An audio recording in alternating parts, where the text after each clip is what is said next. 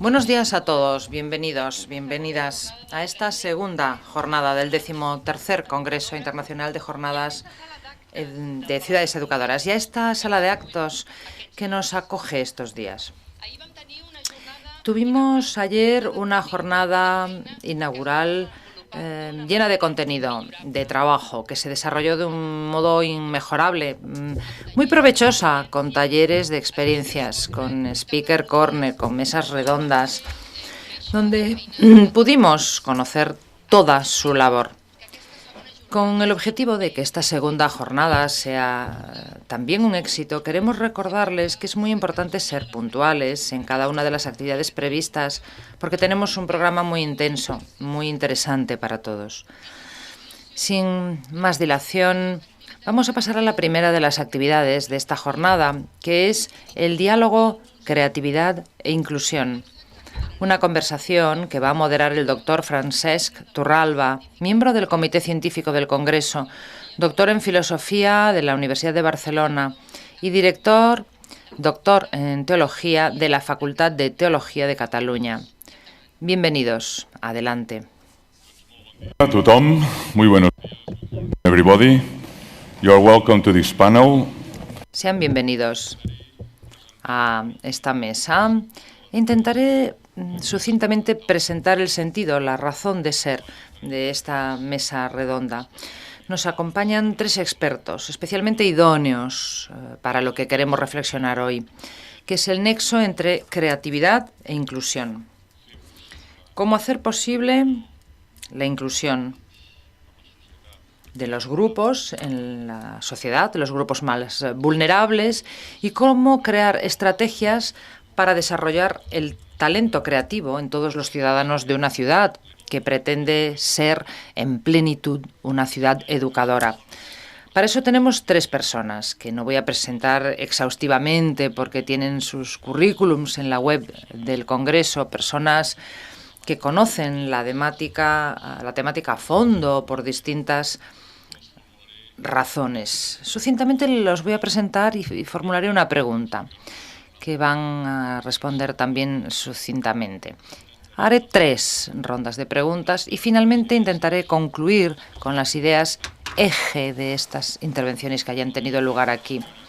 La señora Guta Moura, a mi derecha, de Portugal.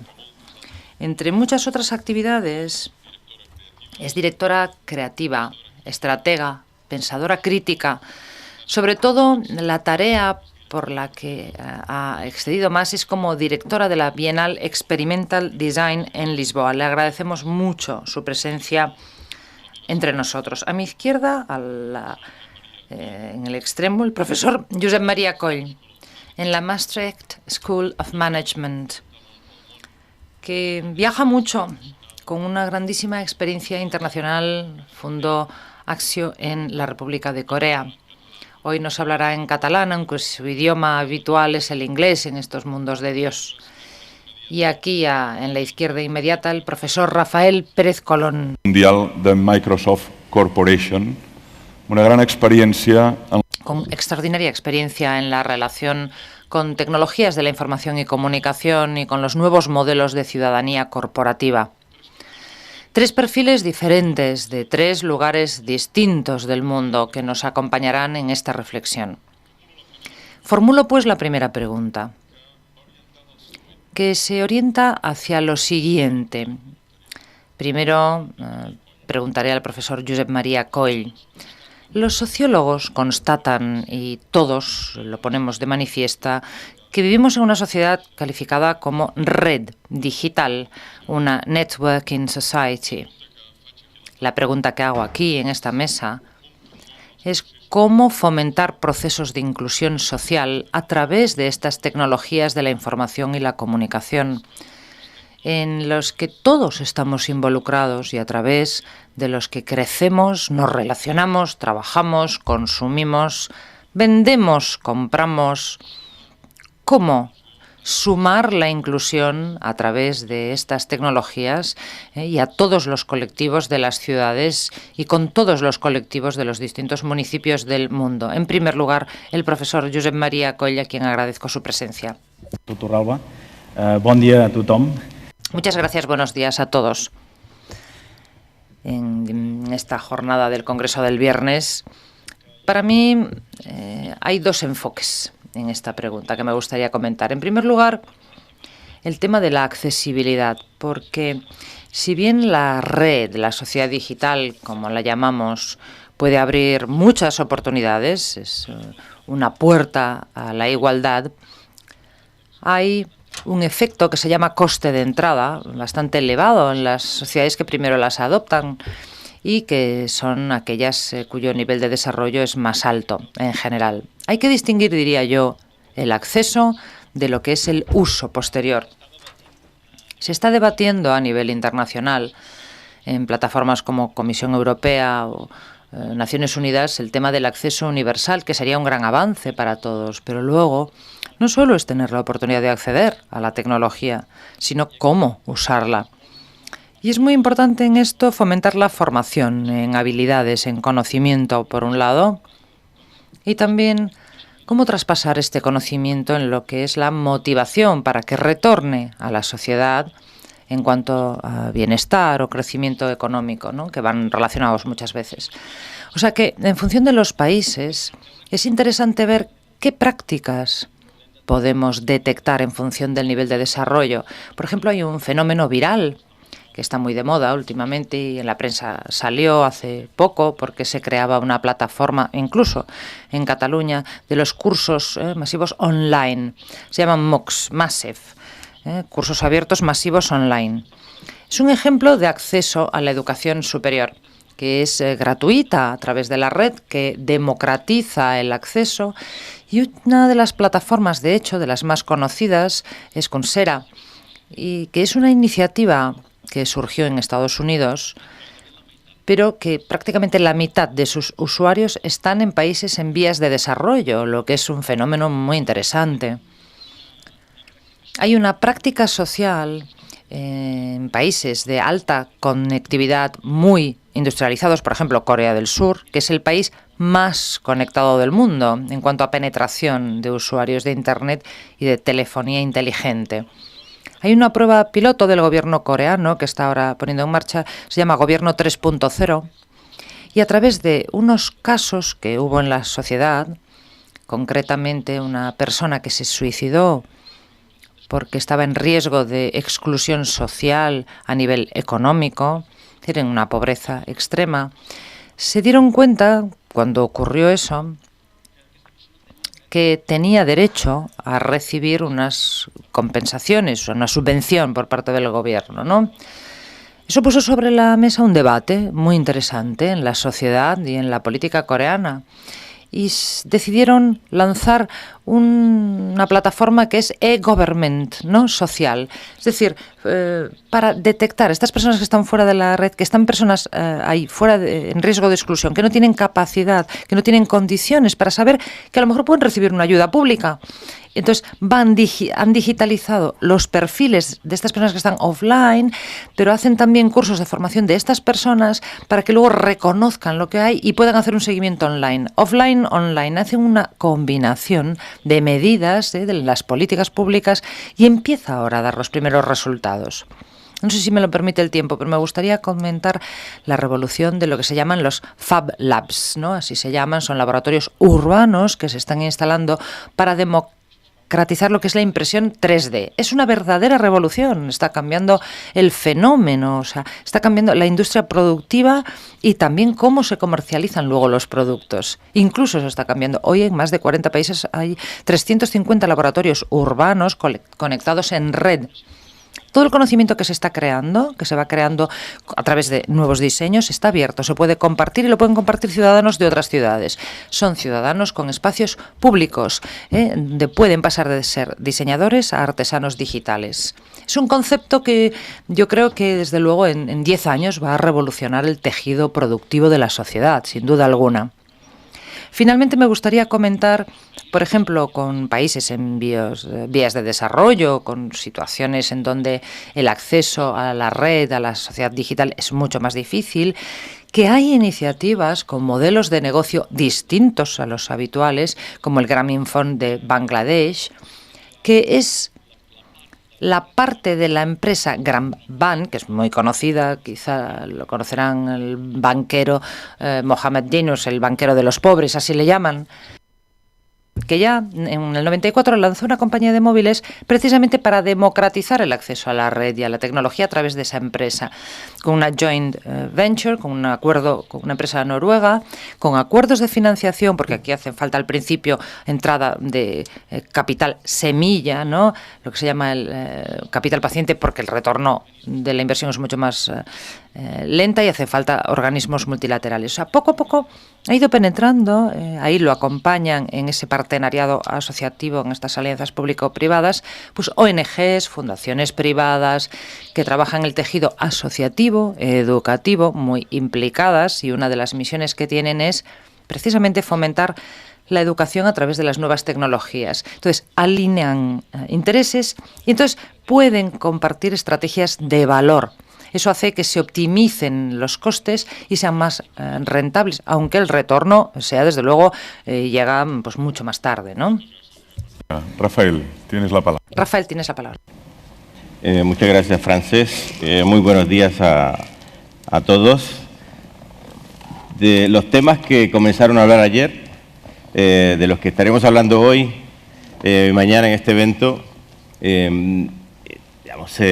surgen muchísimas preguntas, sé que surgen muchas dudas, pero también creo que en este momento del panel es interesante plantearnos por qué es posible hablar de estas cosas hoy.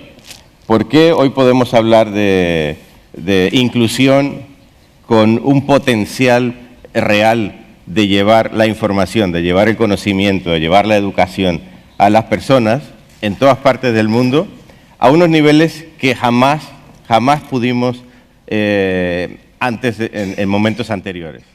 Los que llevamos muchos años en el mundo de las tecnologías de la información, pues soñábamos, planteábamos escenarios de futuro. Hoy estamos hablando de escenarios donde muchas de esas cosas son posibles. De hecho, yo solo tengo una palabra para describir el momento actual en términos del potencial de impacto que podemos tener en la vida de las personas a través de lo que las nuevas tecnologías nos permiten hacer.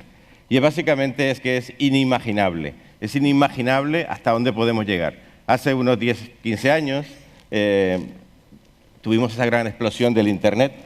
Los que tuvimos la suerte de ser pioneros en esos temas, veíamos muchas cosas, pero nos quedamos tan y tan cortos en la previsión del impacto que el Internet iba a tener en las personas, que nos sorprendimos a lo largo de los años de lo que pasó. Hoy yo no tengo otra expresión, es inimaginable lo que viene en función de 4 o 5 tendencias que vemos hoy muy claras.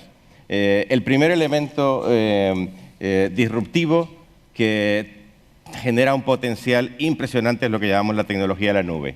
La computación en la nube, cloud computing, nos pone hoy virtualmente capacidad de cómputo ilimitada. Estamos hablando de la capacidad que solo tenían unos pocos, grandes empresas, grandes corporaciones, centros de investigación, grandes gobiernos.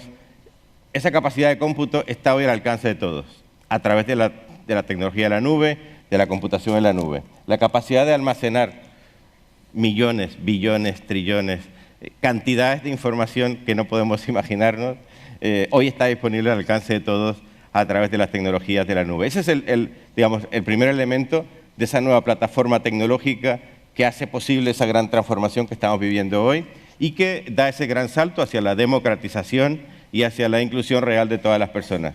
Segundo elemento es la tecnología móvil. La tecnología móvil que en las sociedades más avanzadas está en todas partes, pero también en los países en desarrollo.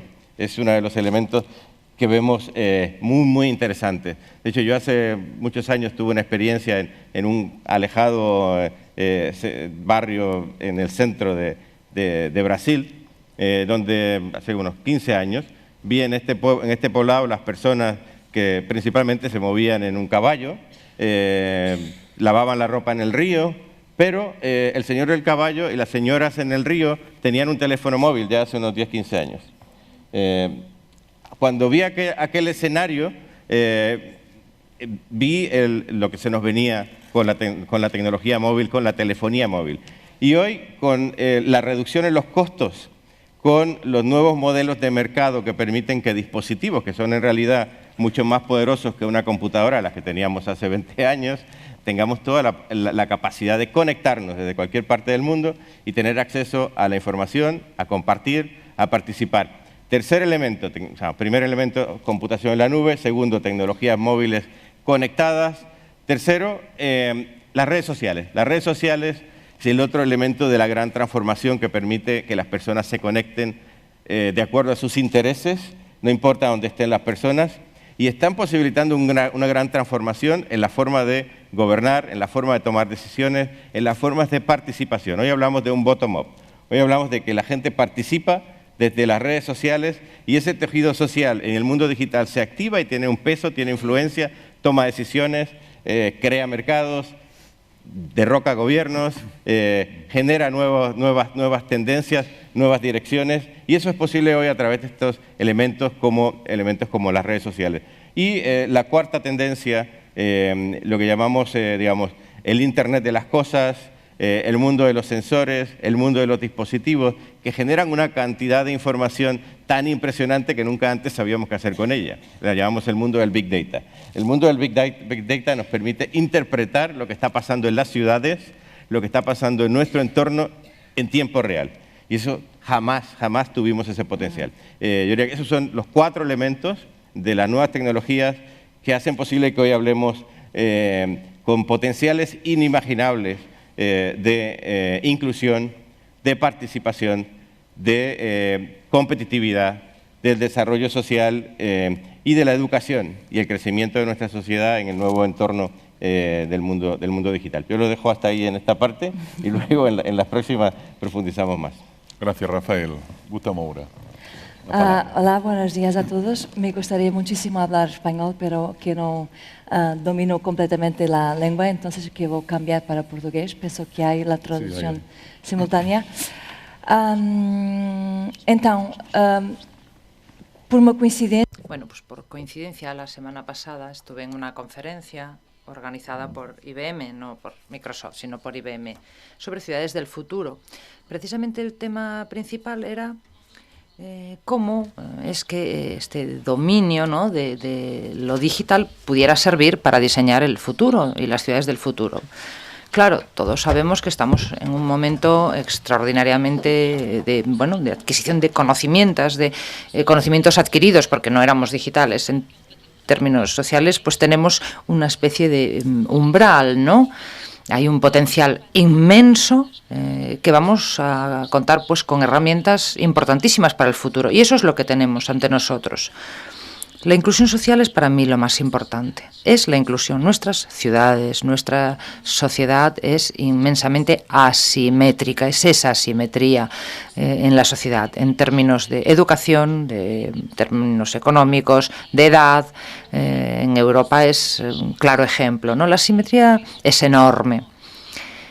¿Cómo se fomenta pues la inclusión social? Que es fundamental. No podemos dejar que una parte se desarrolle y adquiera esas herramientas nuevas y los demás se queden atrás. Entonces, ¿cómo promovemos la inclusión social utilizando y aprovechando todo ese universo digital? Para mí, casi hay una oposición con lo que hicimos en los siglos anteriores, este conocimiento digital, ¿no? Era todo rígido, la enseñanza era rígida, es decir, todos los soportes rígidos, como casas, calles, ciudades, son sistemas rígidos.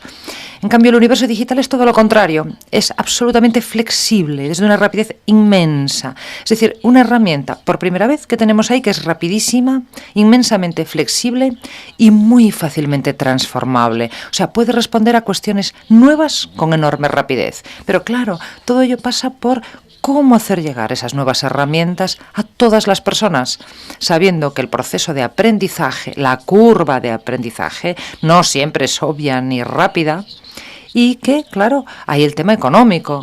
Es decir, no todo el mundo tiene capacidad económica para acceder a esto, a todo lo que va llegando, ¿no?, en las nuevas tecnologías.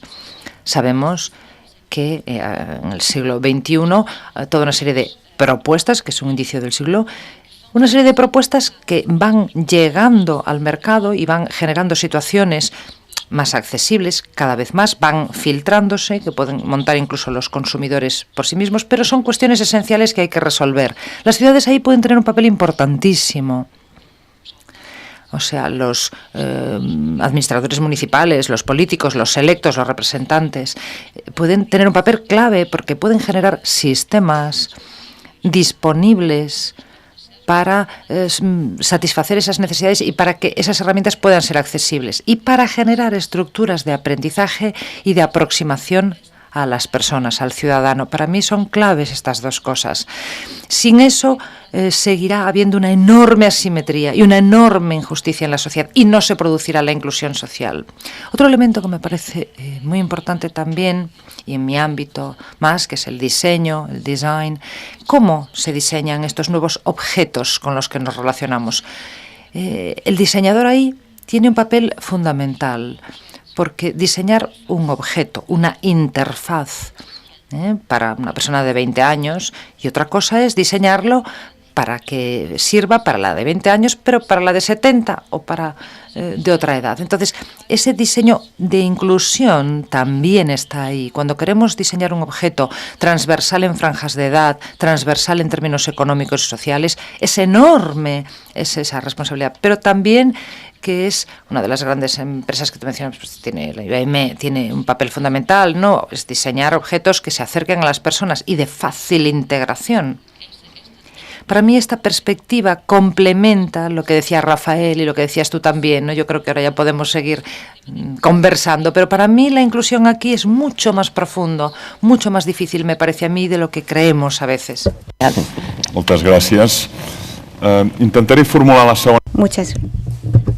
Intentaré formular la concepción de los conferenciantes de ahora. Ciutats del món. La desigualdad es una de nuestras grandes preocupaciones, la exclusión, la identificación de grupos vulnerables social y económicamente que no disponen de los mínimos para poder desarrollar de una forma digna todo el talento potencial que tienen estos colectivos. La pregunta que me gustaría formular aquí es ¿qué tipo de estrategias, qué tipo de políticas y de ideas son necesarias para que estos colectivos que generalmente son excluidos y se marginan en las grandes ciudades también puedan explorar y desarrollar todo su talento creativo? Porque si no, además de cometer una injusticia, estamos perdiendo un gran talento, un potencial de talento enorme en nuestras ciudades porque no hemos realizado el esfuerzo y las prácticas necesarias para fomentar el talento que tienen estos colectivos, que en ocasiones son verdaderas masas en las megápolis.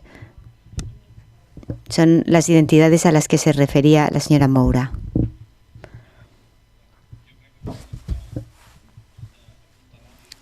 Tenemos que apuntalar bien el concepto. ¿Cómo se puede desarrollar el talento creativo y qué papel desempeñan las artes en nuestra sociedad?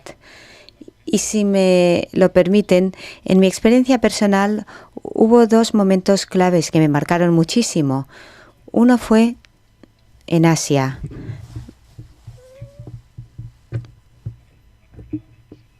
En una meditación de 2 días en un templo budista.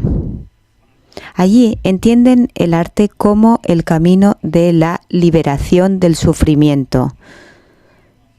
El sufrimiento no es una angustia física o un sufrimiento físico, es la insatisfacción que a veces simplemente el acto de vivir comporta. Y esto me hizo reflexionar muchísimo, porque cuando hablamos de esta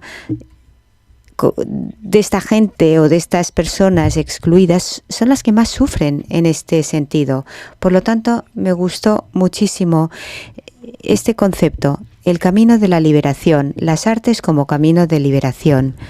Y todo ello nos ayuda a fomentar la creatividad en estos colectivos. Y el segundo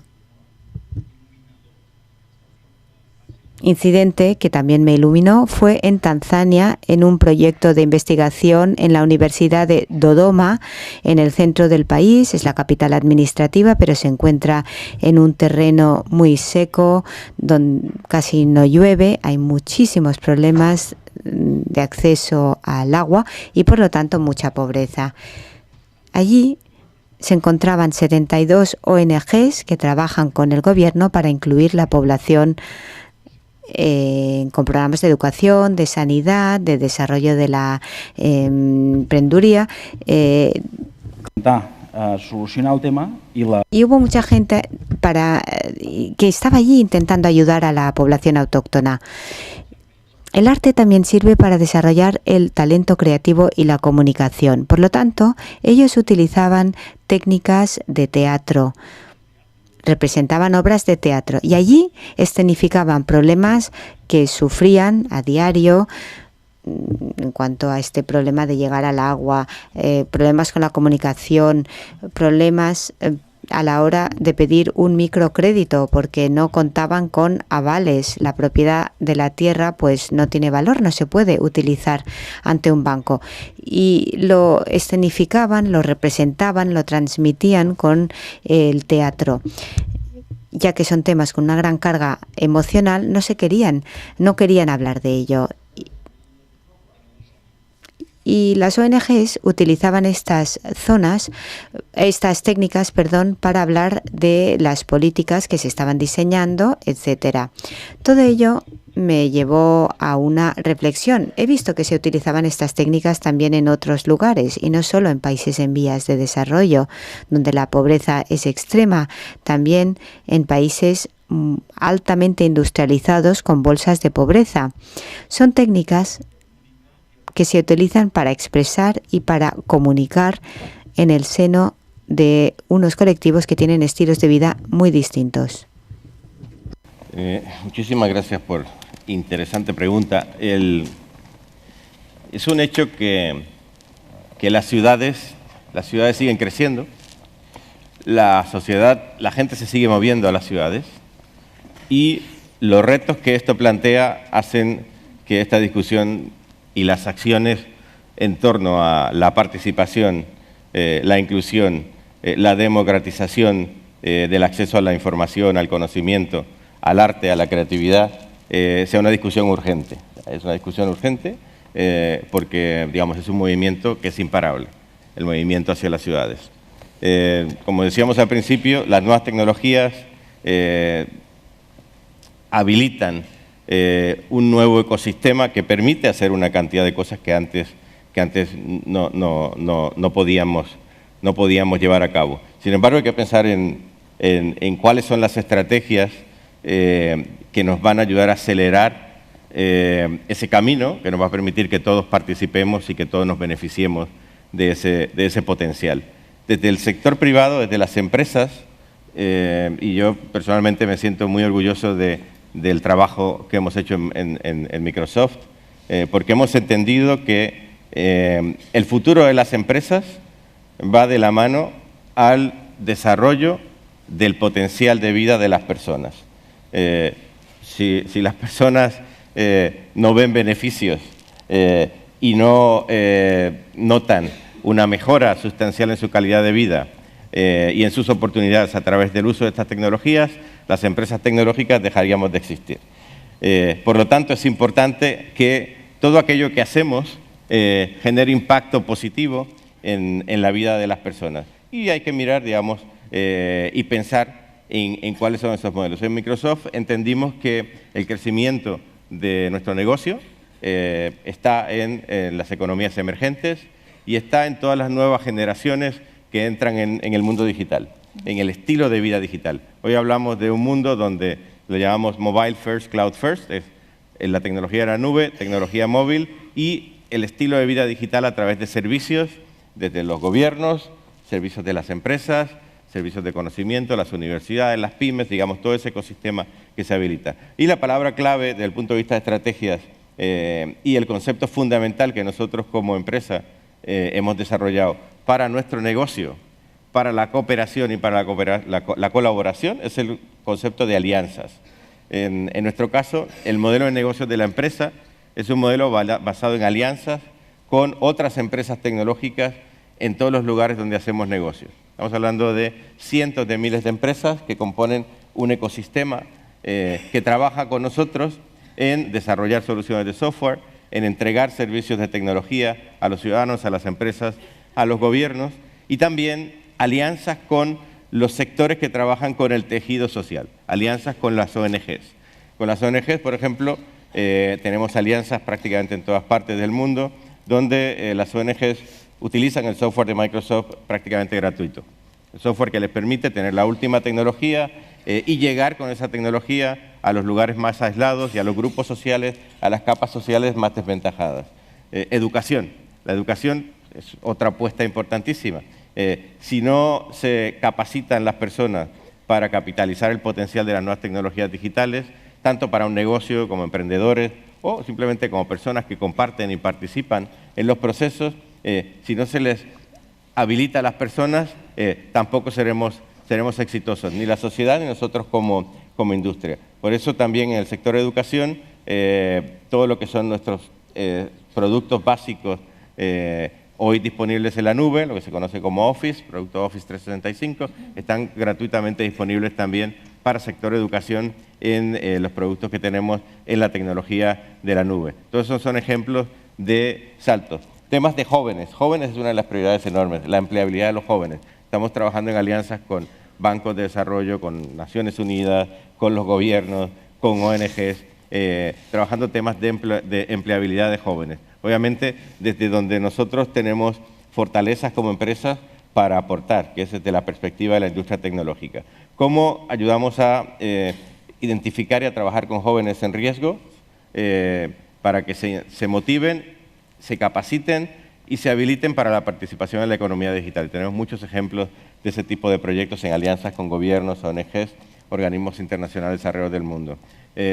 Grupos de mujeres aisladas que necesitan comenzar en programas de emprendimiento, en asociación con grupos como Grameen Bank, que comentaba Josep al principio, y otros grupos de microfinanzas en el mundo que le ayudan a una mujer a comenzar su pequeña empresa utilizando tecnologías desde el principio y hoy utilizando el potencial de todas esas tecnologías que les comentaba al principio. Personas con discapacidades que tradicionalmente también se quedan fuera, son otros de los muchos programas que hemos desarrollado con ONGs alrededor del mundo. Temas de lenguas locales es un tema fundamental. O sea, el que las plataformas tecnológicas estén disponibles a las lenguas indígenas, a las lenguas nacionales en los distintos territorios. España es un caso. Todos nuestros productos están básicamente en todas las lenguas que se utilizan en España, en las principales lenguas del mundo. Son ejemplos de cómo la inclusión, cómo lograr que las personas tengan acceso, es algo también esencial para el futuro de las empresas.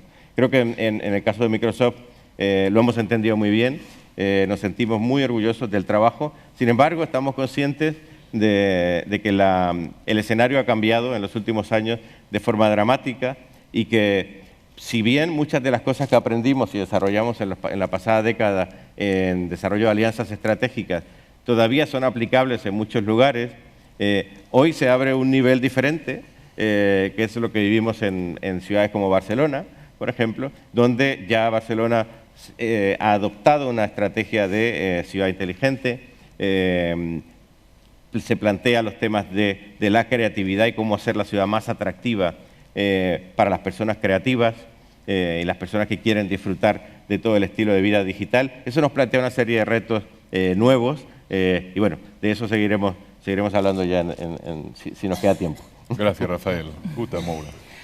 Pues para mí este es un tema absolutamente fundamental, el tema de la creatividad, de la cultura y del arte como posibilidad de desarrollo de la sociedad, que voy a cambiar para portugués. Yo acho que Creo que este tema es esencial cuando se plantea el tema de ciudades educadoras.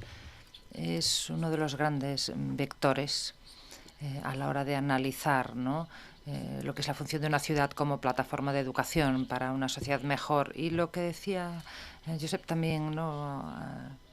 De lo que es fuera de Europa, ¿no? Que es un poco verificar lo que ya sabíamos. Desde la perspectiva humana, la componente artística, la creatividad son esenciales y en todas las culturas conocidas. A mí me parece que hay aquí una cuestión, y viene a lo que es la plataforma europea, ¿no? Y la relación de la plataforma europea y el resto del mundo, o sea, nuestras ciudades y el resto del mundo. Cuando digo nuestras, digo Europa, me refiero a esto. Nuestras son todas, pero me hacía referencia a eso. Cuando hablo de esa interacción es que creo que arte, creatividad contribuyen de una manera extraordinaria para establecer contacto y entendimiento con el otro, que es una de las claves hoy en día. Es decir, cómo viviendo en una sociedad global que se comunica como se comunica, de una manera rapidísima, ¿cómo entendemos realmente? ¿Cómo, no sé, comprendemos qué es el otro? ¿Cómo comprendemos al otro? Las artes, la creatividad, la cultura, todos los elementos vinculados a la cultura tienen esa dimensión de aproximación que para mí son insustituibles. No hay nada con esa fuerza, con esa capacidad de transformación o de acercamiento al otro para entender, para acercarse al otro, nada como la cultura. Ya se ha dicho, ¿no? Tanto dentro de sociedades o con problemas sociales graves, dentro de una ciudad, fuera de la ciudad, donde haya ese tipo de problemas, siempre es esa capacidad de la cultura, de la creatividad. Cuando se recurre a ella, todo va más rápido. En cuanto a la dimensión, para mí es tan importante en este ámbito de la nueva tecnología, lo que está generando resultados extraordinarios, como sabemos.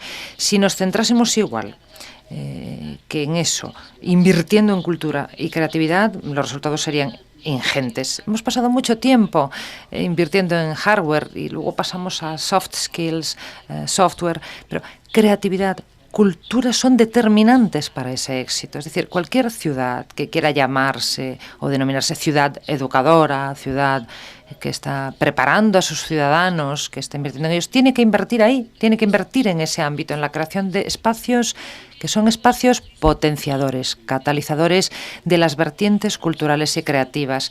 Y yo creo que no hay que estudiar ya más o ver cómo funcionan las cosas. Ya sabemos que funcionan así. Yo he trabajado siempre en torno a esto. ¿Cómo aplicamos en la práctica la creatividad, la cultura, las artes, el diseño, el dibujo, etcétera, en distintos frentes, desde temas vinculados a todo, ¿no? Como movilidad en una ciudad, temas pragmáticos como empresa o industria, etcétera. Siempre, el tema que sea, si introducimos el vector creativo, artístico, cultural en el proceso, sea el que sea, todo se resuelve de una forma distinta. Es decir, que es un poco ahí lo que Frances preguntaba, ¿no? También es una herramienta que hace una fusión interesantísima con esa herramienta digital de las nuevas tecnologías, que es, decía, cultura y creatividad. Esa conjunción, esa combinación, que es fortísima y que es la gran herramienta del siglo XXI, pues no es menos importante en Asia que en Europa, en Brasil, en Australia. Es igualmente importante en todos los sitios, ¿no?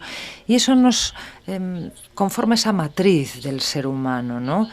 Y es algo que compartimos todos. Por eso, en ese sentido, creo que toda ciudad, todo colectivo que use ese vector de desarrollo va por delante, ¿no? Y genera unos resultados transformadores enormes. Muchas gracias. En la tercera pregunta me gustaría plantear un dilema que se pasea por muchas instituciones educativas de muchas ciudades, educadoras y no, que es el siguiente del dilema. Hablamos del imperativo de incluir a todos los colectivos independientemente de su situación. O sea, esta exigencia de incluir a todos está vinculado al derecho universal de la educación y la obligación que tienen los gobiernos que firman la declaración de incluir a todas las personas para que puedan desarrollar su talento. Pero hay un intenso contexto competitivo que hace que con frecuencia sea imposible esta inclusión universal y se logren los máximos niveles de excelencia educativa. Incluso algunos dicen que si aspiramos a estos máximos niveles, y estamos hablando de una escuela, de una universidad, necesariamente, en este caso, tendremos que excluir la entrada a aquellos grupos, a aquellas personas que tienen más dificultades a la hora de desarrollar su talento o en la integración de la escuela, de esta esfera que llamamos escuela. Eso conlleva la exclusión ya de entrada para conseguir estos máximos niveles de excelencia cuando se sale de esta institución educativa. Y es algo que me gustaría plantear en este tercer momento. ¿Cómo podemos garantizar esta inclusión universal? Es decir, todos y todas tienen derecho al mejor nivel educativo, pero simultáneamente esta inclusión no tiene que dar pie a un bajón del nivel de excelencia, del nivel de calidad que podemos esperar de esas instituciones, porque si no podemos dar la impresión que solo aquellas que excluyen ya de entrada pueden conseguir estos máximos niveles de calidad, pero en este caso estaríamos cronificando y legitimando la exclusión de entrada para llegar a la excelencia. ¿Cómo podemos lograr este nexo entre inclusión y excelencia? ¿Cómo podemos incluso mezclar estos dos elementos y no pensar que son agua y aceite? Porque cuando se mezcla el agua y el aceite, pues ya saben ustedes qué pasa. El agua se queda abajo porque pesa más y el aceite flota. ¿Qué estrategias podríamos plantear para que la inclusión sea posible y también lograr los máximos niveles de excelencia? Bien, esta es la pregunta del millón, ¿verdad? Yo empezaría dando una perspectiva al tema. Hace más de 200 años, tan solo, teníamos un 0, poco por ciento de alfabetismo, acceso a la educación. Pues hoy ya hemos llegado al 83%, más o menos. Esta es la última cifra que tenemos. Por lo tanto, en estos 200 años se han realizado avances ingentes en cuanto al acceso a la educación. Pero ahora, hablando de la nueva era digital, en esta sociedad ubicua donde tenemos todas las tecnologías de la información a nuestro alcance, bueno, es como la metáfora del martillo. Puede dañar a alguien, pero también puede ayudarnos a poner el clavo. Por lo tanto, la tecnología bien orientada nos ofrece grandes oportunidades de inclusión, como hemos visto a raíz de estas experiencias. Pero la tecnología inaccesible o poco accesible puede aumentar la diferencia entre colectivos. Por lo tanto, cuando hablamos de excelencia y de maximizar el talento, corremos el riesgo de incurrir en esta discriminación y de que la brecha sea mayor. Y eso ya está relacionado con un paradigma. Tenemos el ecosistema educativo, el nuevo modelo educativo que se aplica en las escuelas y en las universidades. Una idea muy válida, el título del Congreso, una ciudad educadora y ubicua, pero está enraizado en la revolución industrial, en la que se formaba a la gente como factores productivos, activos de producción para generar valor económico. Y es cierto, tenemos grandes estudios que se han hecho y que demuestran que cuando no se cubren las necesidades, el crecimiento económico nos aporta más bienestar subjetivo y la excelencia se aprecia mejor. Un lugar de trabajo es un lugar para expresarse, para expresar esta creatividad. Pero lo que estamos viendo, y ya contamos con investigaciones importantes, el Daniel Kahneman, por ejemplo, fue uno de los primeros en introducir esta idea, premio Nobel. La gente que puede desarrollar su talento al máximo con un nivel de excelencia elevado, tienen niveles de bienestar más altos, son más felices y por lo tanto hay mayor crecimiento económico. Y este es el nuevo paradigma, un binomio de dos direcciones. Si queremos llegar a estos máximos niveles de inclusión y de excelencia, solo podremos conseguirlo cuando podamos diseñar modelos educativos y políticas que maximicen ese talento. Por lo tanto, fijémonos indicadores potentes. En la educación secundaria siempre hablamos de los indicadores del informe PISA. Los dos países que siempre están arriba de la lista son Finlandia y Corea del Sur. Son dos modelos antagónicos. En Finlandia se desarrolla más el talento creativo, personalizado, se cultiva esta personalización en función de las capacidades de cada individuo, y en Corea del Sur se ha optado por un modelo de el esfuerzo y de la repetición. Lógicamente están enmarcados en contextos culturales distintos.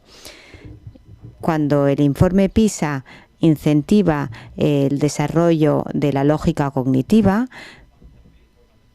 y cuando para evaluar cómo funcionan los países, lo primero que se analiza es el PIB, es decir, un indicador principalmente económico. Si seguimos así, es difícil llegar o aspirar a estos niveles máximos de excelencia para todas las capas de la población. Bueno, inclusión y excelencia, digamos, esa es la gran aspiración. Una de las cosas que a mí me sorprendió mucho cuando comencé a trabajar en una multinacional como Microsoft hace ya 17 años. Yo venía de estar trabajando en universidades, 20 años trabajando en universidades y en gobierno. Y resultaba que en las universidades lo sabíamos todo, teníamos las respuestas a todo, y en los gobiernos decidíamos todo por la gente. Y me sorprendió muchísimo cuando llegué a la empresa y escuchaba con mucha frecuencia la frase "no lo entendemos, no sabemos cómo hacerlo". Para mí fue un cambio dramático. Además, un poco a veces me reía y decía, pero ¿cómo que no lo entendemos? Es muy fácil, ¿no? Bueno, la realidad es que con el tiempo me convencí de que entendemos muy poco de las cosas, y en el momento actual estamos en un momento donde simplemente tenemos muchísimas preguntas. Y para hablar de inclusión total y de llegar a niveles de excelencia, tenemos que seguir descubriendo muchísimo, tenemos que seguir aprendiendo muchísimo y seguimos que tener que ensayar muchísimas opciones. Yo, desde la perspectiva de cómo esta nueva plataforma de nuevas tecnologías y este nuevo tejido virtual, digital, que soporta la nueva sociedad, digamos, me interesa resaltar un par de temas, ¿no? Uno es todos los aspectos del desarrollo de las destrezas digitales, a todos los niveles de la sociedad, en todas las capas de la sociedad, y hoy es posible tecnologías de educación a distancia, recursos como los MOOCs que están disponibles, y otra cantidad de modalidades que hoy no nos imaginamos y que vamos a conocer pronto, ¿no? Yo hoy leía un titular que decía que Twitter ahora, más de texto, va a ser vídeo, ¿no? Entonces, y otra serie de noticias que siguen saliendo todos los días. Se sigue transformando el escenario a unas velocidades impresionantes. Todo el tema de la seguridad. Ese es un reto para la sociedad en general hoy, no solamente por los temas físicos del terrorismo internacional, sino también tenemos el ciberterrorismo, todos los aspectos de la seguridad de la información y el que podamos estar seguros en la red, que podamos estar seguros en la sociedad digital. Ese es otro elemento fundamental. Los mecanismos están, las tecnologías las tenemos que educarnos para saber utilizarlas bien. Los recursos están disponibles, las empresas estamos haciendo mucho esfuerzo porque la gente lo conozca, se entera cómo utilizar el Internet, cómo utilizar los servicios de la red de forma segura. Ese es otro aspecto fundamental. Y luego terminamos siempre en una base que es aplicable a las sociedades desde siempre, que son la ética social la ética de las personas, la ética de las instituciones. Creo que viene un momento donde toda la discusión sobre la ética vuelve a estar sobre la mesa por este proceso de gran democratización y del proceso que les comentaba al principio, todo el proceso de bottom-up, el proceso de bottom-up de la base que está obligando a transformar la forma de tomar decisiones. Hoy hablamos de unos modelos de gobernanza que por las condiciones de la nueva sociedad son diferentes. La gente hoy puede participar, necesita participar y quiere participar en los procesos de gobernanza, en la toma de decisiones, y es posible hacerlo. También tenemos todos los aspectos de cómo la innovación, cómo la creatividad de las personas puede impactarnos a todos a través de este efecto bottom-up. En el mundo digital hoy estamos hablando de innovación social, y la innovación social es un capítulo de los capítulos más fascinantes que yo estoy viendo hoy en día en el mundo, que es cómo las personas discuten sus intereses, sus prioridades, sus problemas, proponen soluciones, logramos sentar equipos de trabajo multidisciplinarios, la persona de educación, el médico, el comerciante, el empresario, la persona de tecnología, a desarrollar un diálogo que permita desarrollar soluciones que van de la mano a esos problemas que la gente conoce, que la gente vive, y que esas soluciones surgen desde la base de las personas, a través de procesos de creatividad, procesos de colaboración y los procesos de las nuevas formas de alianzas. Lo más interesante es que esas colaboraciones hoy se extienden a nivel global fácilmente porque a través de las redes sociales la gente sabe dónde encontrar las personas que están interesadas y comparten esas ideas. Y eso se mueve y crece a unas velocidades que jamás las vimos crecer. Yo diría que como punto, digamos, cierre a esta idea de la excelencia, la inclusión, me parece que es un proceso en el que vamos a seguir evolucionando. Nunca vamos a llegar a la meta final, esto porque cuando lleguemos o creemos que estamos muy cerca, el escenario va a cambiar dramáticamente, entonces vamos a estar siempre como corriendo detrás de aquello que queremos lograr y vamos a sentir que no llegamos, pero lo interesante es que cuando miramos hacia atrás y vemos el recorrido, de verdad satisface muchísimo ver que hemos mejorado muchísimo, que hemos aprendido y que se ha transformado la vida de muchas personas. Gracias, Rafael. Guta Mura. Pues cuando Francesc me envió las preguntas, cuando me mandó Francesc las preguntas, esta para mí es la más difícil. Desde el punto de vista filosófico, a todos los niveles, es la más difícil. Primero, parece que establezca una oposición, ¿no? Al plantearse la pregunta entre máxima inclusión social y máximo nivel de excelencia y desarrollo del talento, como si fuesen opuestos, y no tienen que serlo, nos parece que no. Y luego también porque es un tema muy difícil y más una aspiración, ¿no? Un deseo, ¿no? La máxima inclusión social, máximo aprovechamiento del talento de excelencia. Parece algo inaccesible, imposible, que no vamos a conseguir nunca. Estoy pensando en voz alta, estoy en realidad pensando en voz alta y no respondiendo en realidad a este tema. El derecho a la educación, sin duda alguna, es un derecho universal.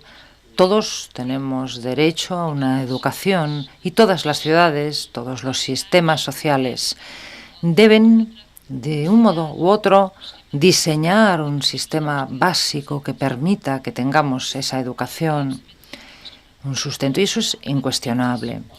Automáticamente eso va a chocar con algo, con un hecho que es nuestro lado más fascinante, ¿no?, de la sociedad, y es que todos somos distintos, muy distintos. Entonces, claro, pretendemos una inclusión educativa y somos inmensamente distintos unos de otros. Es decir, lo que decía Josep hace un momento, ¿no?, cómo se evalúan los países en cuanto a rendimiento del sistema educativo es algo totalmente injusto, porque es una matriz que se mide, que no basta, para medir o calibrar el valor del sistema educativo. Para mí, a mi entender, lleva a lecturas y a posiciones que no son las más justas porque no calibra ni mide factores esenciales de un sistema educativo. Entonces, es muy difícil crear un sistema que sirva para evaluar todos los ámbitos educativos y también conseguir ese objetivo que todos estemos incluidos en el sistema educativo también es muy difícil. Lo positivo que está ahí y que es el eje central, ¿no?, en el ámbito de nuevas tecnologías y del momento que estamos viviendo ahora, es que nosotros, individuos, pasamos a ser mucho más proactivos en relación a nuestra educación, mucho más proactivos.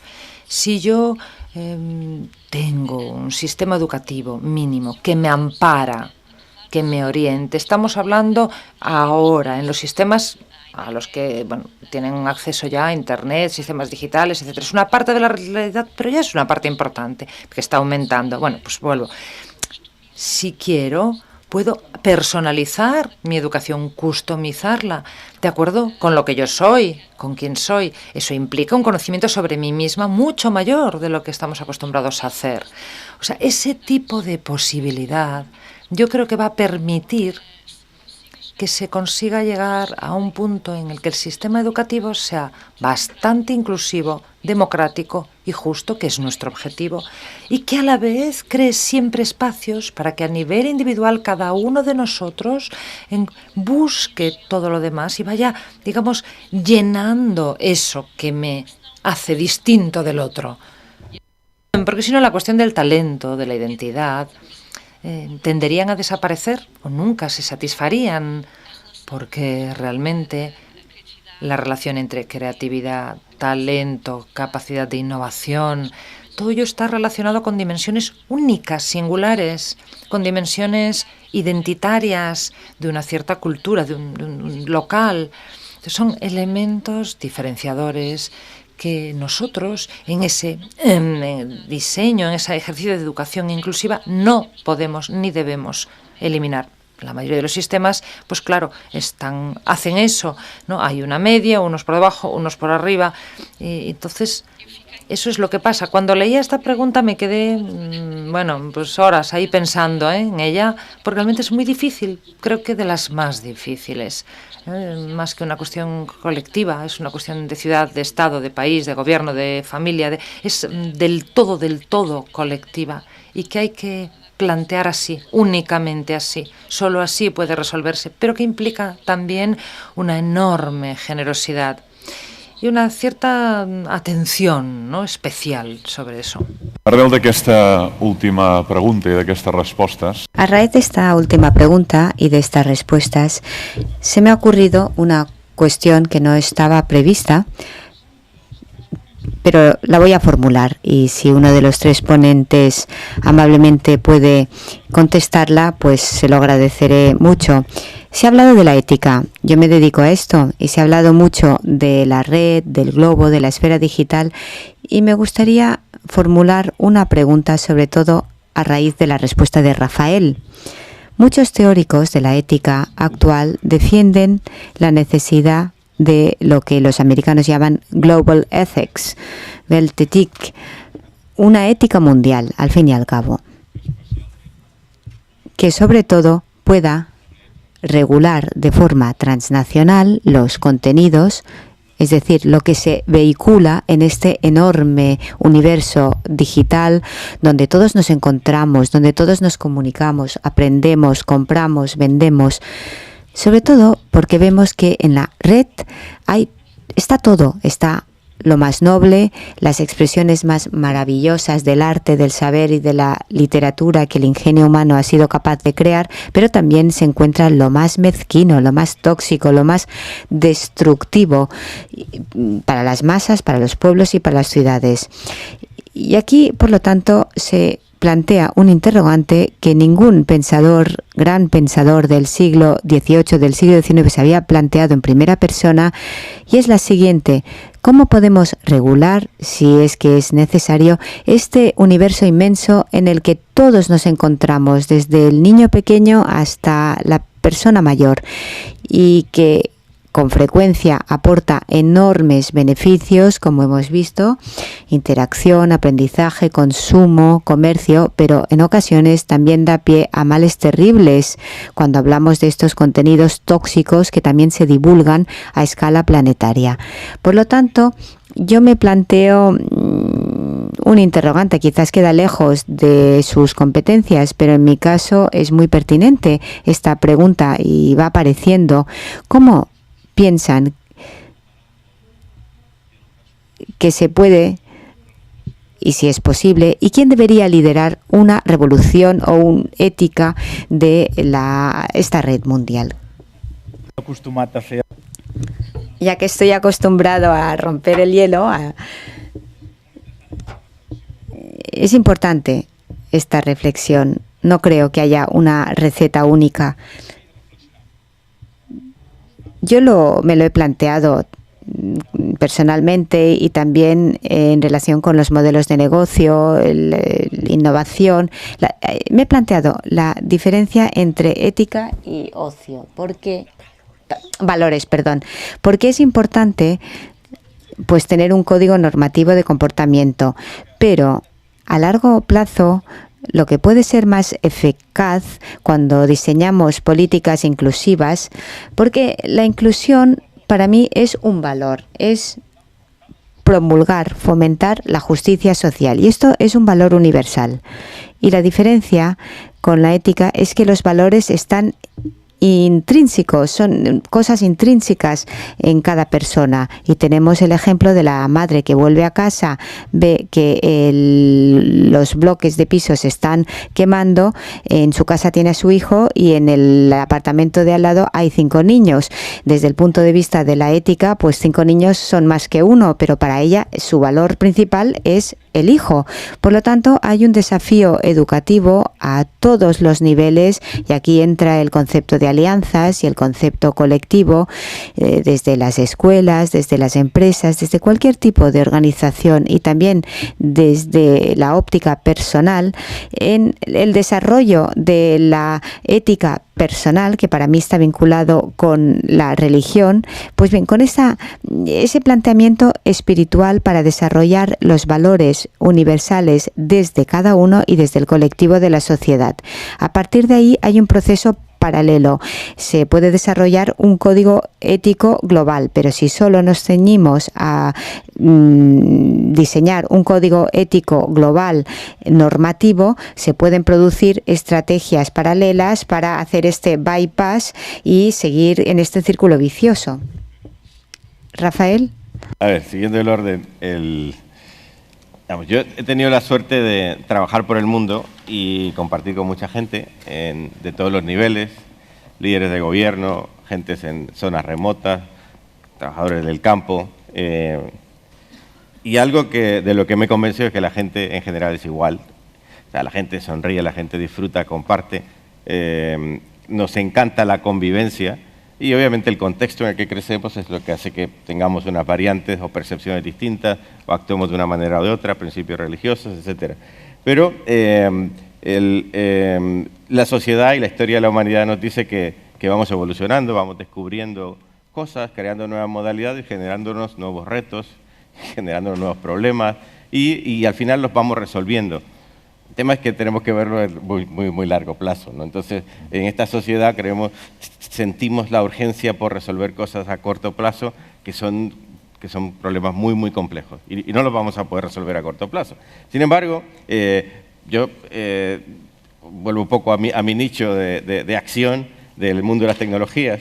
He disfrutado mucho cómo descubrimos hace unos cuantos años que las nuevas tecnologías en los gobiernos nos ayudaban a combatir la corrupción.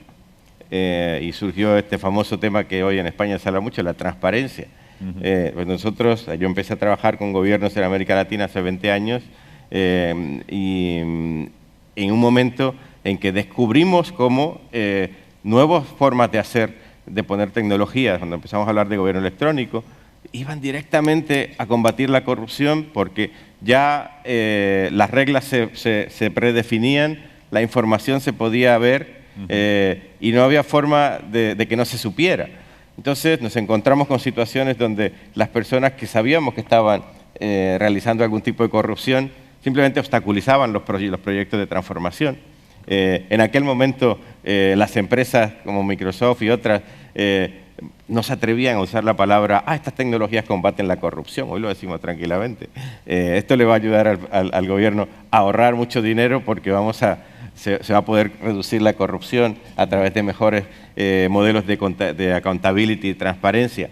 Y yo creo que uno de los elementos fundamentales de las fortalezas que nos da y del gran potencial que nos da esta nueva economía digital y estas nuevas plataformas es esa gran posibilidad de la transparencia. La información se va a ver, siempre va a haber forma de capturar y de saber lo que está sucediendo, quién lo está haciendo, porque hay formas de registrarlo. Eso tiene un potencial enorme para generar mecanismos de protección. Creo que todavía no sabemos cómo lo vamos a hacer, estamos aprendiendo, estamos descubriendo, pero sí es una de las fortalezas que estas plataformas ofrecen. Supongo que terminaremos regulando cosas, porque es típicamente lo que hacemos cuando no encontramos todavía otras formas, ¿no?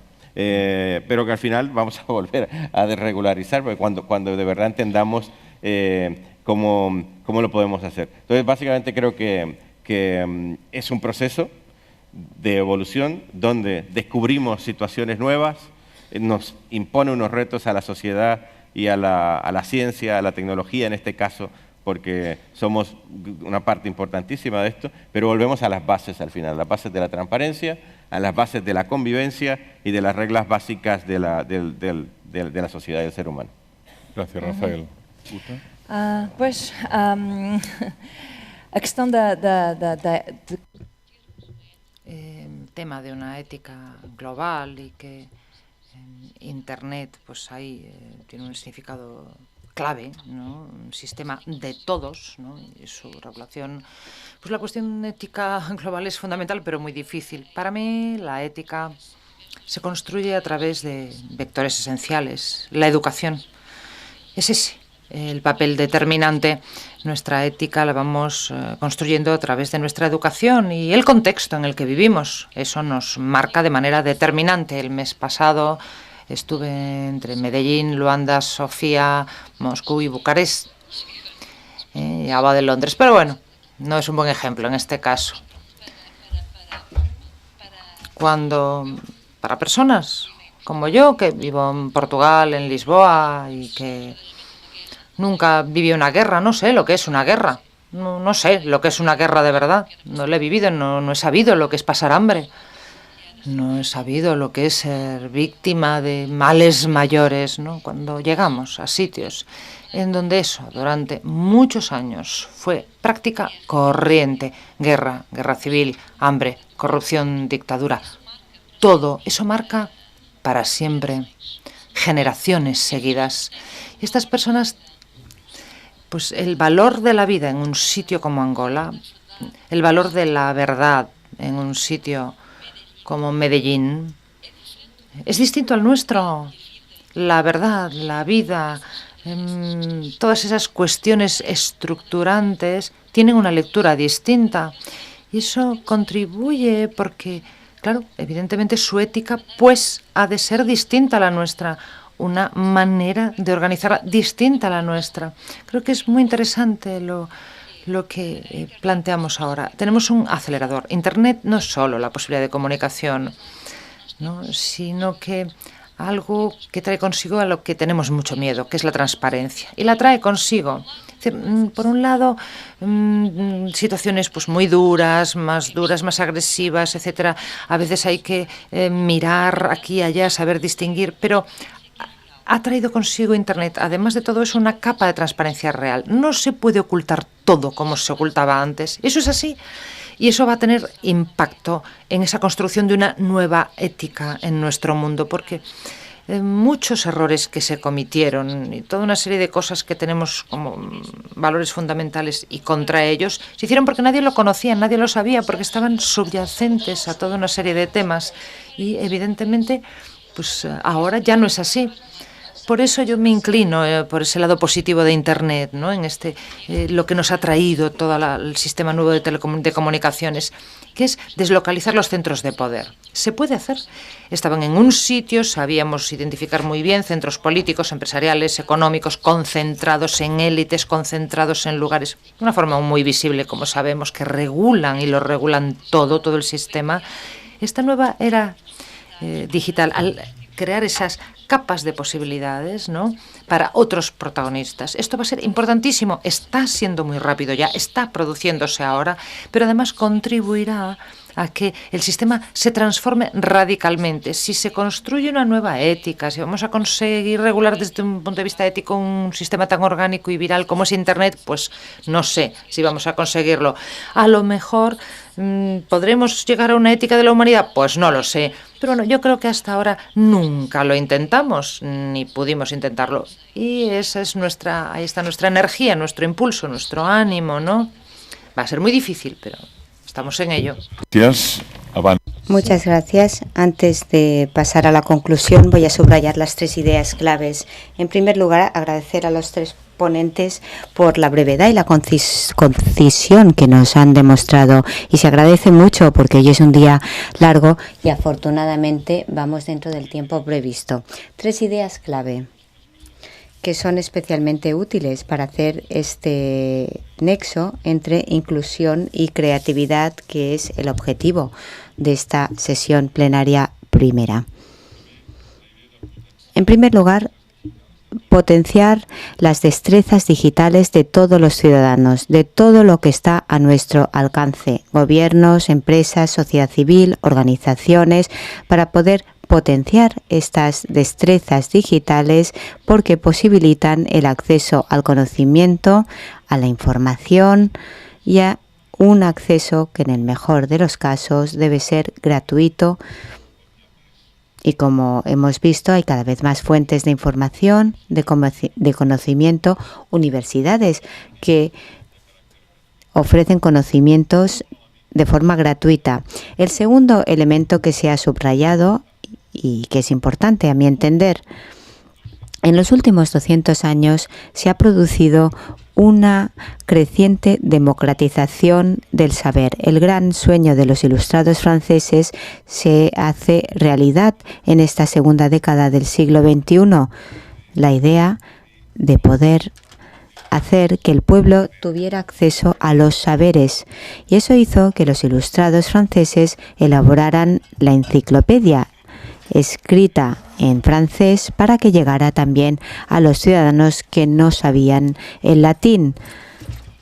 La nube digital, la sociedad digital, abre ahora posibilidades extraordinarias para aumentar la sociedad del conocimiento y para reducir las cotas de alfabetismo o de analfabetismo que se han visto reducidas en los últimos 200 años, si tenemos en cuenta toda la población mundial.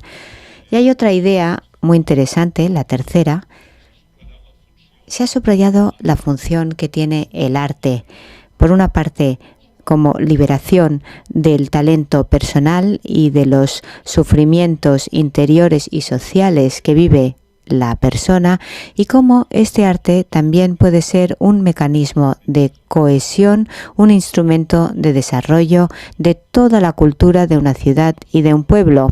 Por lo tanto, cabe subrayar el valor del arte como escultura, pintura, poesía, es decir, en sus distintas y múltiples manifestaciones, que puede ser y es un mecanismo de expresión del talento personal y de liberación del sufrimiento que viven con frecuencia las personas en estas bolsas de exclusión social. Puede llegar a ser un mecanismo de liberación y de salvación también. Se ha dicho mucho más que todas estas conclusiones, pero me gustaría dar las gracias a todo el mundo y los buenos días a todos.